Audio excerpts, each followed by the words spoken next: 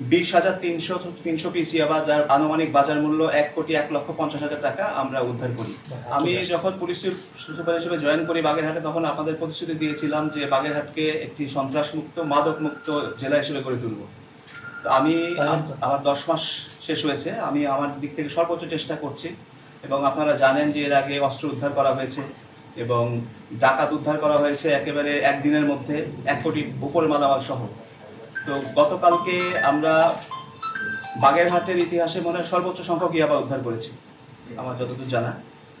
তো আমি এর বিরুদ্ধে অভিযান চালাচ্ছি, গত কয়েকদিন ধরে এর বিরুদ্ধে বিশেষ অভিযান চলছে। তো এই বিশেষ অভিযানের জন্য আমাদের ডিবি টিম, ওসি ডিবি জনাব মোহাম্মদ শরীফুল ইসলামের নেতৃত্বে আমাদের 11 জনের ডিবি টিম কাজ করছিল।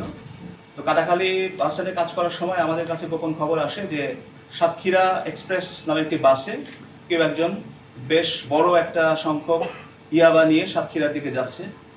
তো এই খবর পাওয়ার পরে আমি ডিবি টিমকে অ্যালার্ট করি এবং ওসি ডিবির নেতৃত্বে ডিবি টিম কাটাখালী ফকিরহাট থানাধীন কাটাখালী বাস স্ট্যান্ডে অবস্থান নেয় এবং সেই আমাদের সোর্সের দেওয়া তথ্য মতে বাস আমরা থামাই এবং সেখানে সার্চ করার পরে সন্দেহভাজন লোককে আমরা হেফাজতে নিই এবং তার দেওয়া তথ্য মতে বাসের লাগেজ বক্স থেকে একটি আমের ক্যারেটের মধ্যে 20,300 পিস ইয়াবা, যার আনুমানিক বাজার মূল্য 1,01,50,000 টাকা আমরা উদ্ধার করি।